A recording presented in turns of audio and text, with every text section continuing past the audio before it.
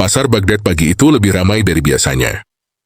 Seorang tabib keliling berdiri di atas bangku kayu, dikelilingi warga yang mengangguk-angguk serius. "Wahai penduduk Baghdad," katanya lantang, "jangan biasakan memakai kacamata. Semakin sering dipakai, mata kalian akan semakin rusak dan minusnya bertambah." Beberapa orang langsung menurunkan kacamata dari hidung mereka. Seorang pedagang kain mengeluh, "Pantas saja mataku sekarang buram.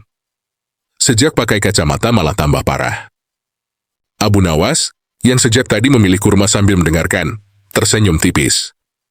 Ia mendekat tanpa suara, lalu bertanya dengan nada polos, "Wahai tabib, bolehkah aku bertanya?"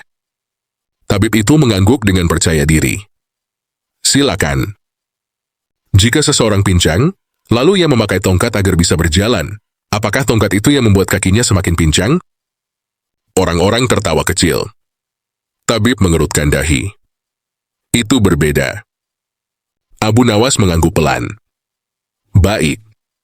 Kalau begitu, jika seseorang rabun, lalu ia memakai kacamata agar bisa melihat jelas, apakah kacamata itu yang merusak matanya, ataukah matanya memang sejak awal tidak sempurna?"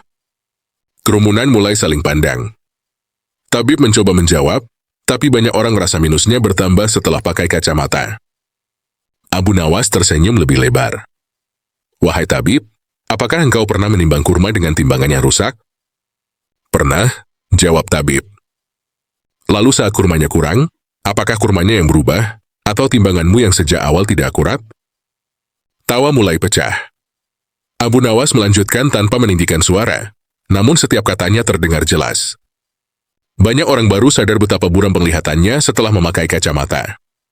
Sebelumnya mereka terbiasa memicingkan mata, mendekatkan wajah, dan memaksa mata bekerja lebih keras. Saat kacamata dipakai, penglihatan menjadi jelas.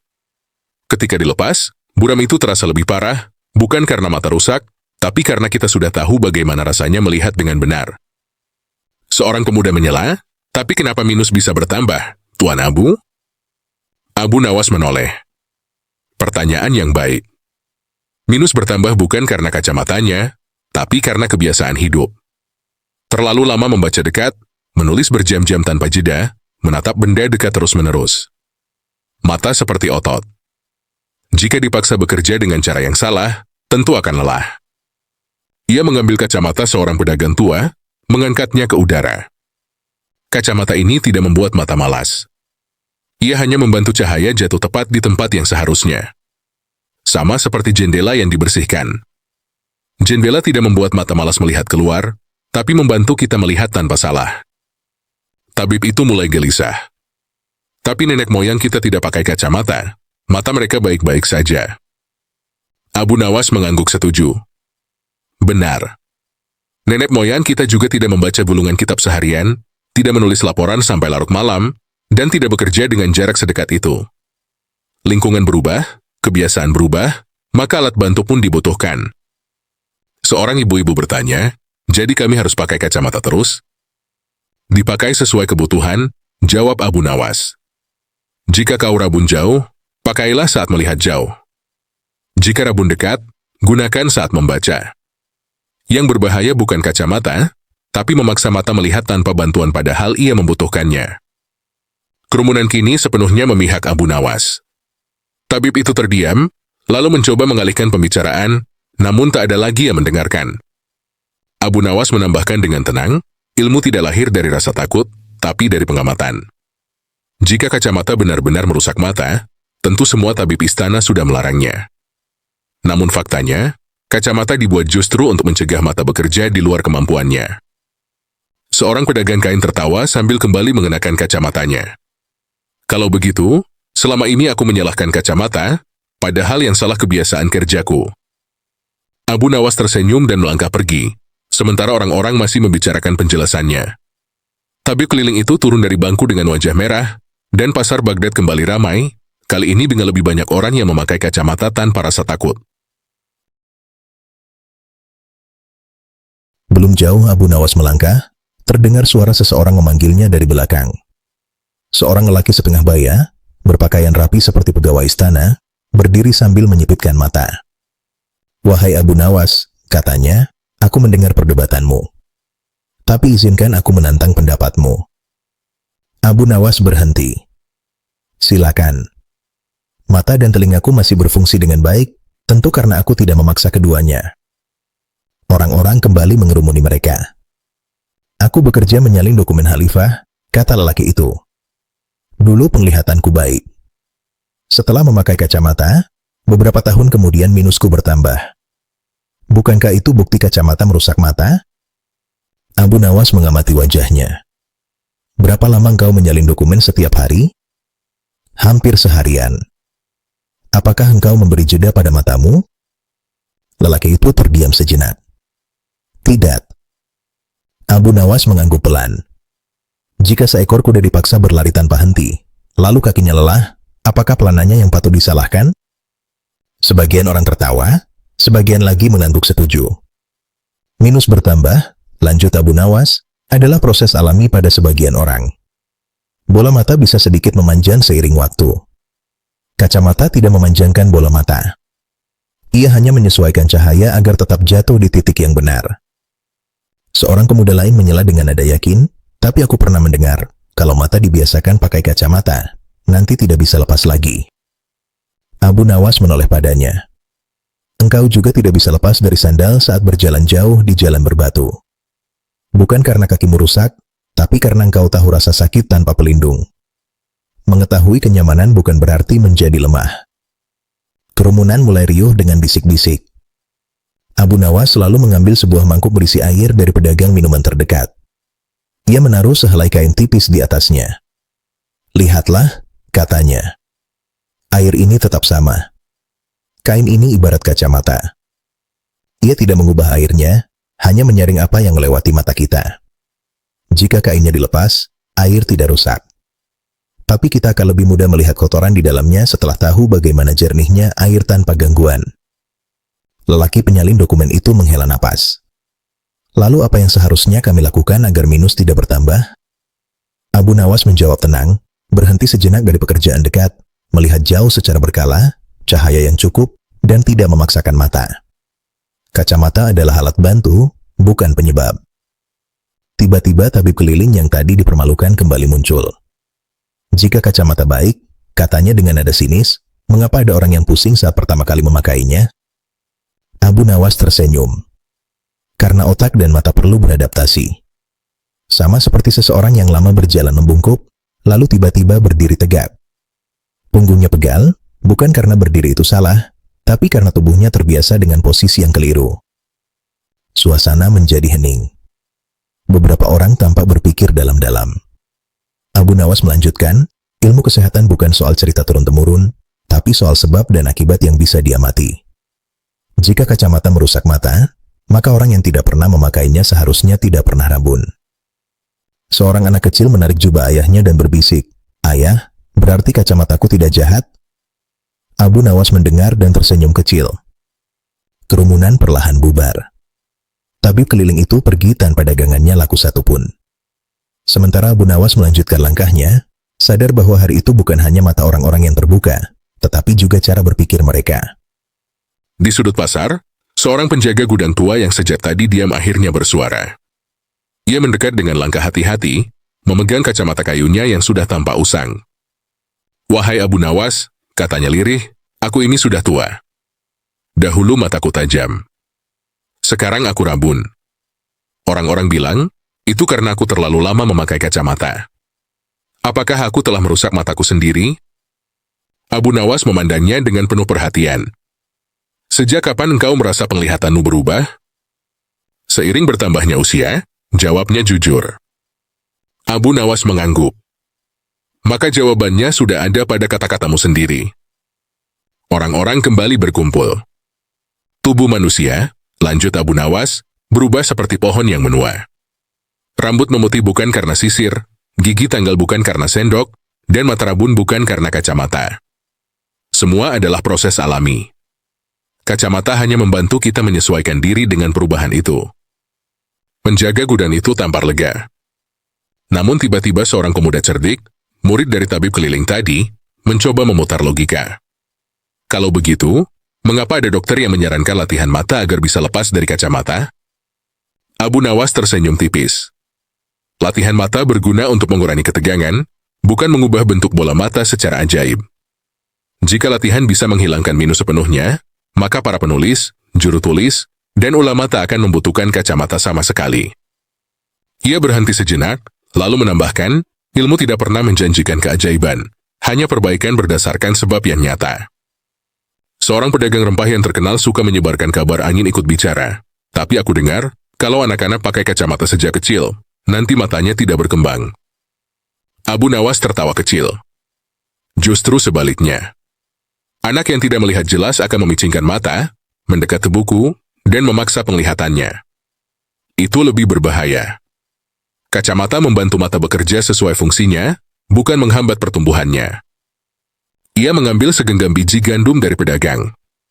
Jika biji ini tidak mendapat air yang cukup, apakah menyiramnya akan membuatnya rusak?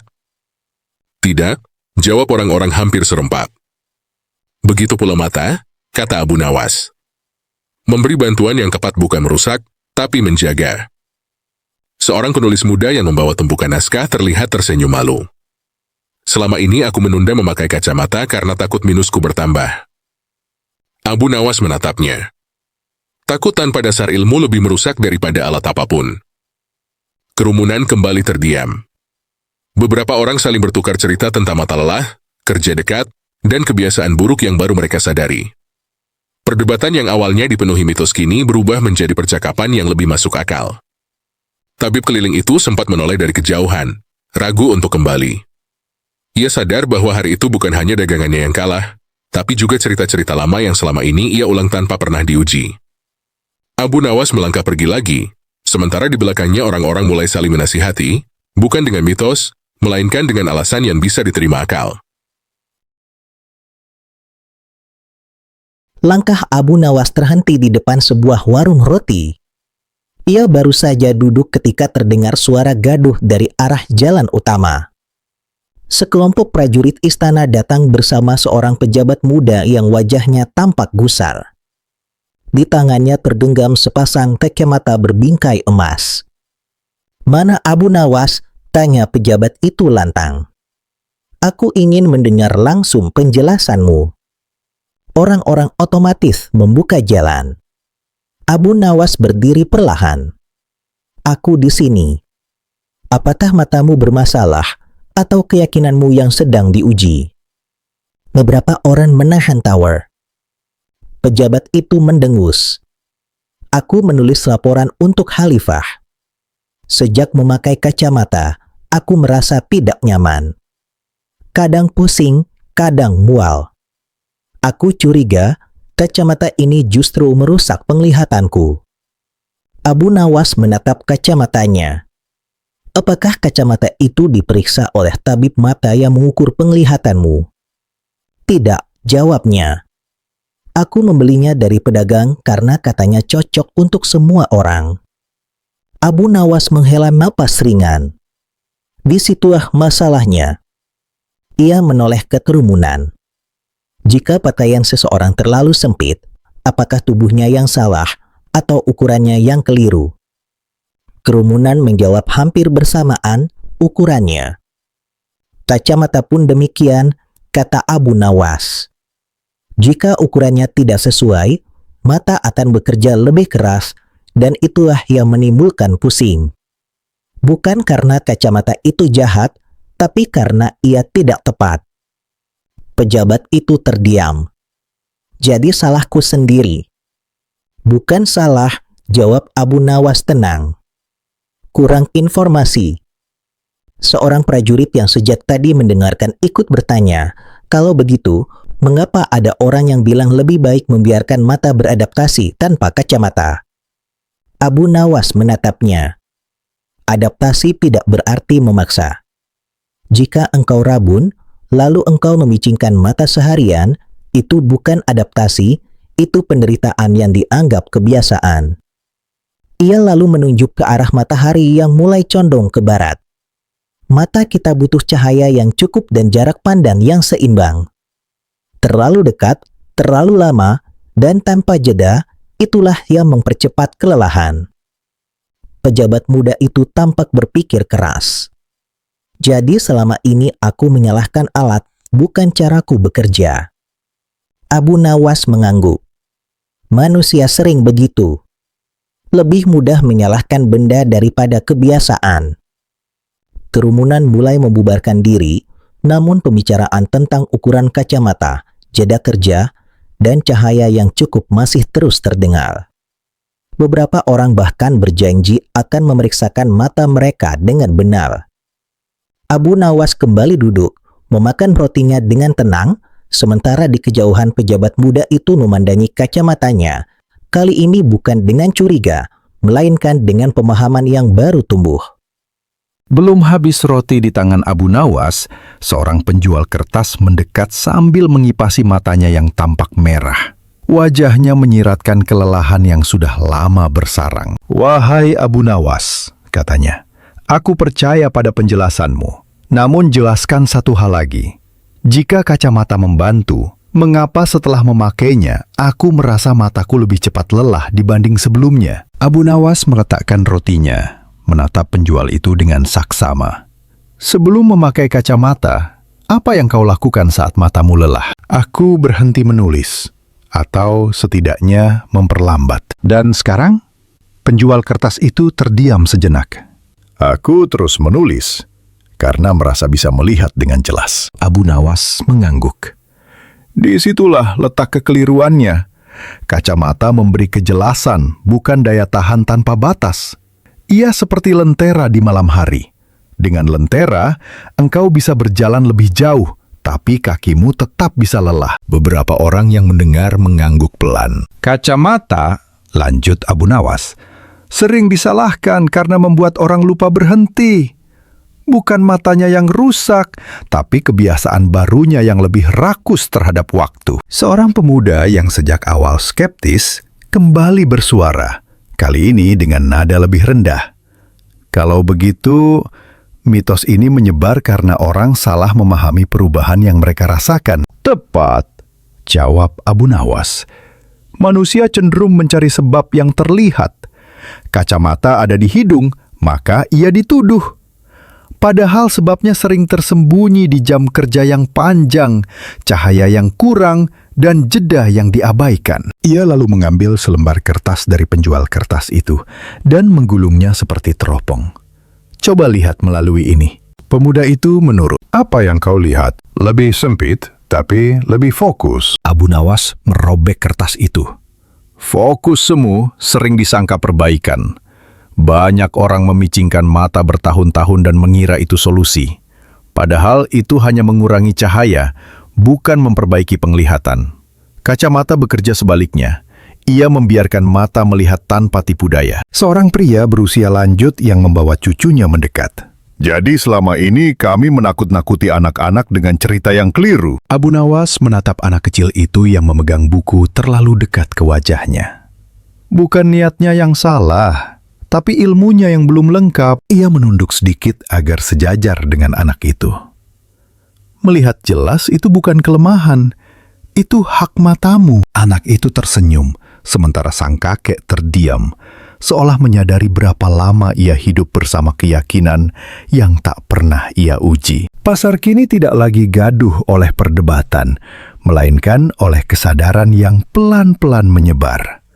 Orang-orang mulai berbincang bukan tentang larangan memakai kacamata, tetapi tentang cara bekerja yang lebih bijak, tentang istirahat mata, tentang kebiasaan yang selama ini mereka anggap sepele. Abu Nawas berdiri, membersihkan tangannya, dan melangkah pergi di antara kerumunan yang kini memandang kacamata bukan sebagai musuh, melainkan sebagai alat yang selama ini disalahpahami. Menjelang senja, bayangan bangunan pasar memanjang di tanah. Orang-orang mulai berkemas, namun satu hal berubah, hampir tak ada lagi yang melepas kacamata dengan ragu. Beberapa bahkan saling menertawakan kebiasaan lama mereka sendiri. Dari kejauhan, tabib keliling yang sejak pagi menyebarkan ketakutan akhirnya memberanikan diri mendekat. Suaranya tidak lagi lantang. "Wahai Abu Nawas," katanya pelan, "jika apa yang kau katakan benar, mengapa mitos seperti ini bisa bertahan begitu lama?" Abu Nawas berhenti, menoleh tanpa senyum mengejek. Karena mitos hidup dari pengulangan, bukan dari pemeriksaan. Ia diwariskan, bukan diuji. Tabib itu tertunduk. "Lalu bagaimana seharusnya aku berbicara pada orang-orang?" Abu Nawas menjawab singkat, katakan apa yang kau lihat, bukan apa yang kau dengar. Jika kau tidak tahu, katakan belum tahu. Itu lebih jujur daripada cerita yang menyesatkan. Tabib itu mengangguk, seolah memikul beban baru yang lebih berat daripada keranjang dagangannya.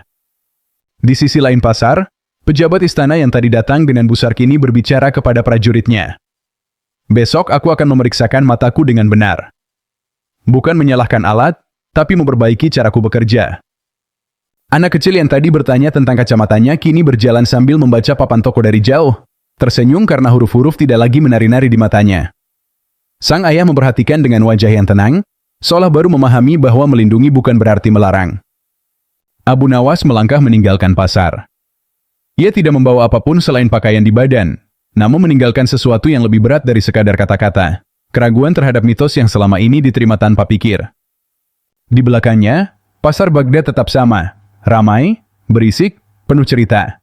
Namun satu keyakinan lama runtuh tanpa teriakan, tanpa paksaan, hanya oleh logika yang sederhana dan kenyataan yang bisa dilihat dengan mata yang akhirnya dibantu untuk melihat lebih jelas.